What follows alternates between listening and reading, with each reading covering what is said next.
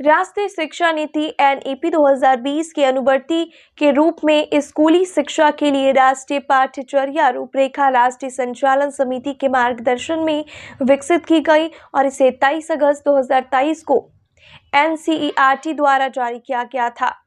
एनसीएफएसई पूरे देश में स्कूली शिक्षा के लिए पाठ्यक्रम और पाठ्य पुस्तक डेवलपर्स के लिए एक संदर्भ बिंदु और मार्गदर्शक रोड मैप के रूप में कार्य करता है।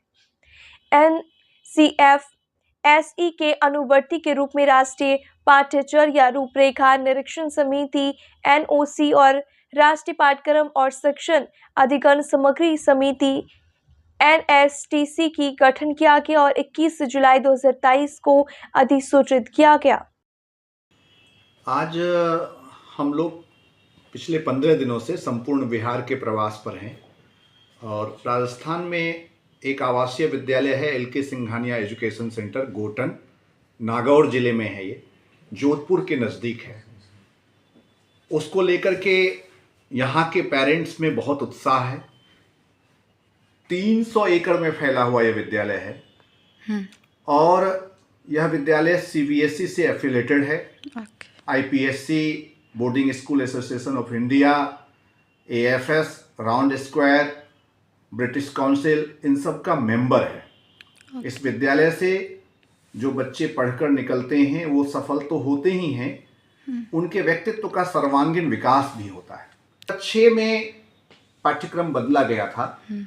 उसके बाद राष्ट्रीय शिक्षा नीति की संस्तुतियां सामने आई एनईपी की, और 5 लाख से अधिक शिक्षाविदों और प्रबुद्ध जनों के सुझावों के आधार पर राष्ट्रीय शिक्षा नीति ने शिक्षा मंत्रालय को और भारत सरकार को कुछ सुझाव दिए, दिशा निर्देश दिए, और उसमें सबने एक स्वर से ये बात की कि पाठ्यक्रम बदला जाना चाहिए।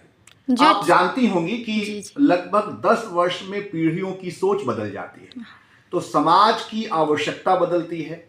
जब समय बदलता है तो समय और समाज की आवश्यकता के अनुरूप पाठ्यक्रम में परिवर्तन की मांग राष्ट्रव्यापी है और इस पर एक मत हैं सब कि देश में इतनी तरक्की हो गई है।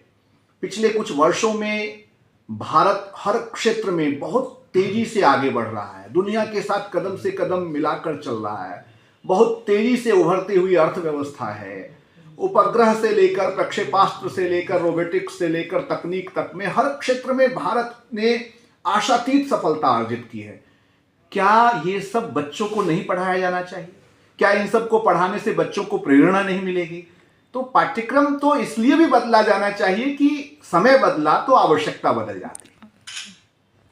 उस पर कोई संदेह या विवाद ही नहीं किया जाना चाहिए। अच्छा, तो बदलना इतना इम्पोर्टेंट है, हम लोग समझ रहे हैं, बट वो जो पहले से जो सिलेबस चला था उसको भी तो कंटिन्यू कर सकते हैं ना। हाँ, मैं वही कहा कि बदलने का क्या मतलब है। बदलने का ये थोड़ी मतलब है कि आमूल चूल बदल दिया गया। बदलने का यही अभिप्राय है। अब जैसे मैथ है, साइंस है, इन सब विषयों में उस ढंग से परिवर्तन नहीं होंगे। कुछ चीजें होंगी और कुछ चीजें नहीं जुड़ेंगी।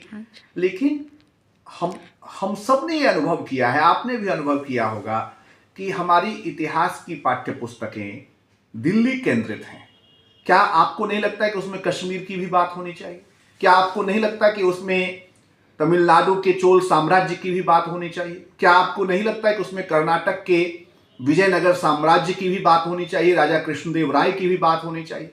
क्या आपको नहीं लगता है कि उसमें भारतीय मूल्यों, सांस्कृतिक मूल्यों को प्रश्रय और प्रोत्साहन मिलना चाहिए? तो एक समग्र भारत का चित्र या समग्र भारत का बोध विकसित करने के लिए सामाजिक विज्ञान की पाठ्य पुस्तकों में बदलाव की आवश्यकता को हम सब अनुभव करते हैं।